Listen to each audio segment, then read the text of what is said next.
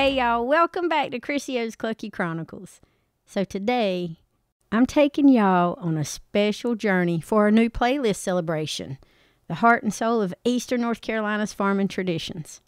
So we're headed way back to my childhood in the late 1970s, right here in Johnston County, where peas and our family garden weren't just food, they were survival, community, and a way of life. So now we're talking about planting peas, the old pea Shellin warehouses, porch chats with Granny Ludy Bell and Granny Lorene, and why our garden was so vital back then, and it still matters today. So grab y'all a sweet tea, settle in, and let's go get to it.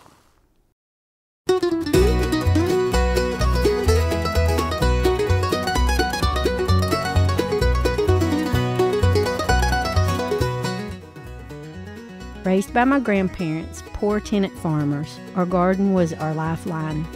Butter beans, black-eyed peas, purple hull peas, and garden peas filled our plates and hearts. We'd spend long summer days picking buckets of peas, just knowing they'd carry us through the winter, canned or frozen, packed with nutrition and love. That was a great garden, and it just wasn't a garden. It wasn't just a hobby, it was how we fed our family, especially in tough times. So let's just go ahead and start with how we got those peas in the ground. In Johnston County, we planted southern peas, black-eyed peas, purple hull peas, and Crowder peas. In late spring to mid-April to early May, when the soil hit about 65 degrees Fahrenheit, the ground had to be soft but not soggy from all the spring rains we got. So garden peas, which like cooler weather, they went in earlier, like in late February to early March, just to beat the summer heat. And my grandparents would mark rows in just the sandy soil, 2 to 3 feet apart, using a hoe or a plow.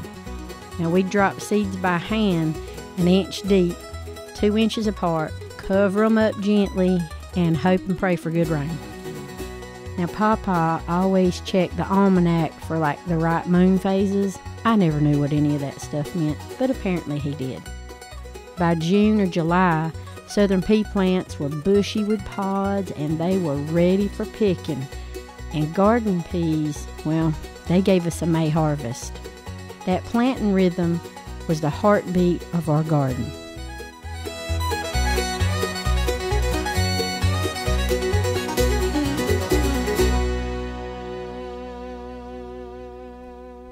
Back in the late 1970s, our garden was everything to us.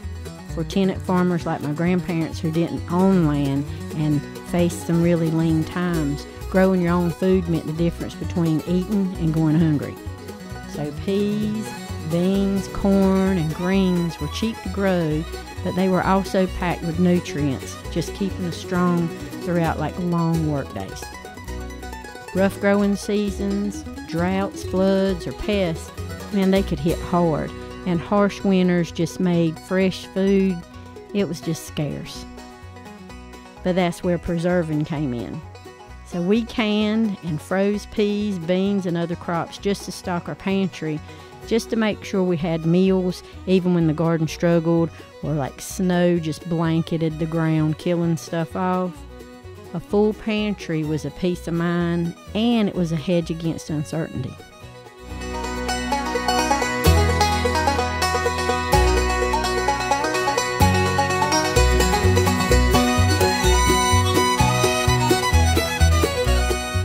Now today, gardens still matter. With grocery prices rising, folks wanting to know where their food comes from, home gardens are making a comeback, homesteads, farmsteads, people going into farming for the first time. It saves money. It does provide you with fresh, healthy food, but it also connects us to the land, just like they did for my family. So in Johnston County community gardens, farmers that gardened and did all of these things, and farmers markets, they still keep that spirit alive. It just reminds us how growing our own food builds resilience and independence.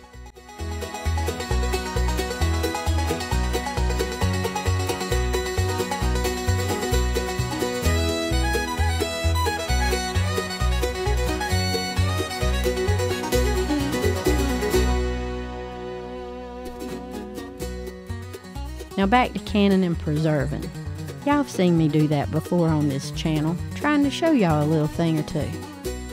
So canning and preserving, it was arts that we just mastered out of necessity. After picking or shelling peas, we'd gather in the kitchen, me and Granny Lorraine and cousins or whoever was in there. We'd be working like a well-oiled machine. We'd blanch the peas in boiling water just to lock in the flavor. Then we'd pack them into sterilized jars with a pinch of salt. The jars went in a pressure canner, just steaming away just to seal them tight. Freezing, well, freezing was simpler. We'd blanch, cool, and bag the peas in plastic freezer bags and label them with a marker. That was my favorite part because I didn't have markers. The only marker that we had was used for the plastic freezer bags.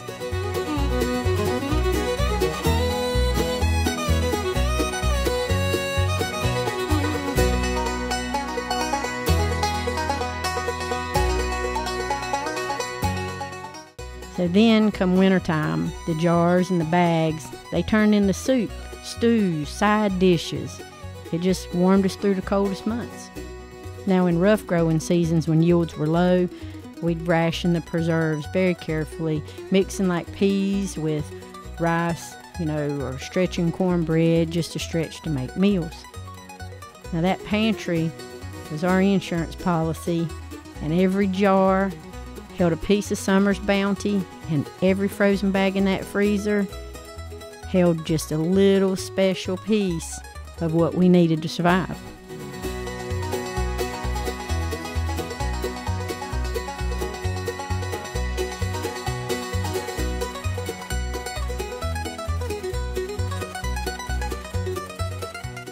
Pea shelling plants, well, they sprang up all across rural South in the early 20th century as communities embraced crops like southern peas.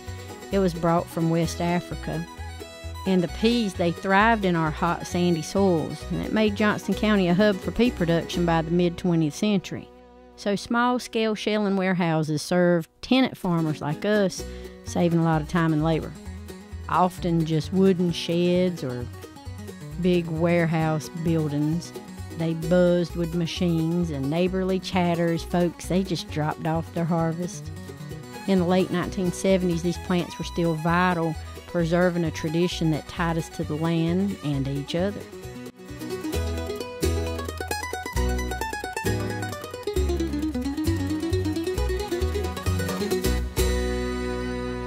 Johnston County's rich soils made it ideal for pea farming. Towns like Smithfield, Selma, Kinley, and Clayton were full of family farms where peas were a staple, just like in South Carolina, Georgia, and Alabama. Shelling peas was a community affair. Families grew enough to eat and to also share. And warehouses, well, they were social hubs. Farmers of all backgrounds just swapped stories about crops or weather-strengthening bonds, and places like the Tobacco Farm and Life Museum in Kinley, they keep this heritage alive, just showing how peas and other things shaped our southern life.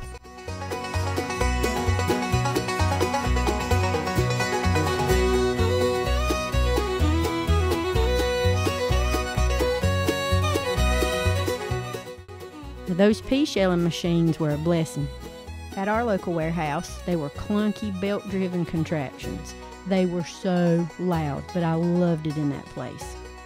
You'd pour peas into a hopper, and the rollers or tumblers would split the pods, dropping the peas into a bin, while hulls went for compost or other feed for animals. So it was fast and it was cheap, saved hours of hand shelling for sure and sore thumbs. Now for tenant farmers working dawn to dusk, these machines were a lifeline, because it freed up time for other chores and easing the ache in our hands, if you know what I mean.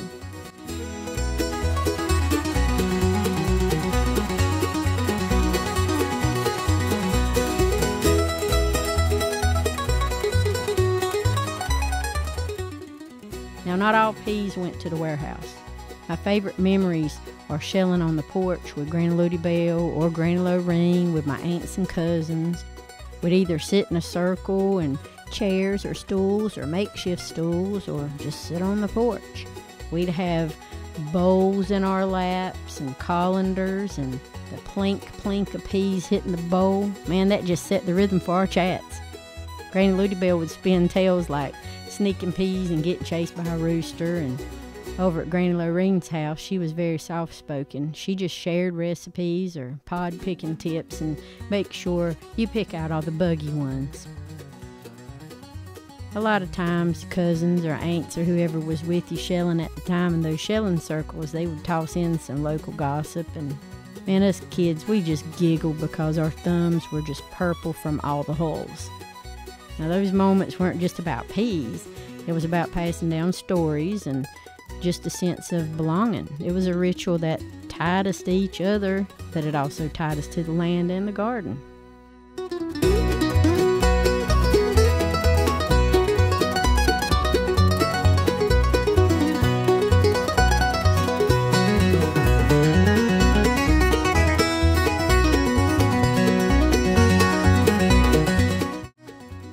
Now, although the ground that I have here is not ready for a garden, I do have a greenhouse that I've shared with you guys before. Just standing in the greenhouse, just holding a jar of something that I've canned, be it fruits, vegetables, jams, or jellies. I'm just grateful for it.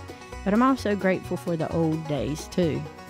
Planting in the spring, picking in the summer, shelling at the warehouse or shelling on the porch, and preserving things for winter. I mean, it's just who we are.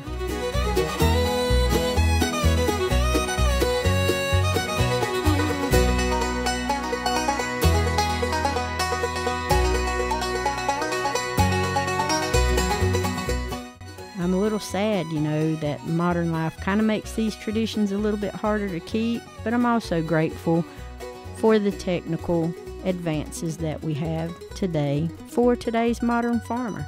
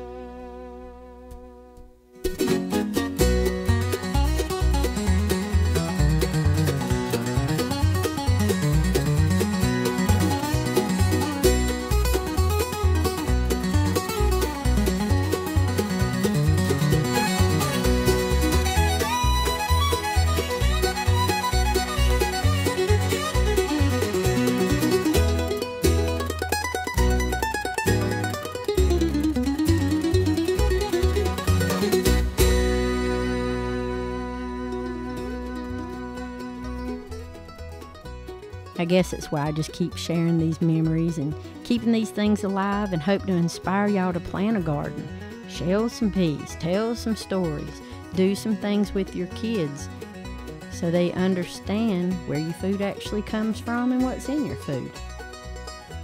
So if you've got a great garden or family memory that you'd like to share, just drop it in the comments below. Don't forget, do me a favor, y'all, and like and subscribe and hit that bell for more notifications from Chrissy Clucky Chronicles.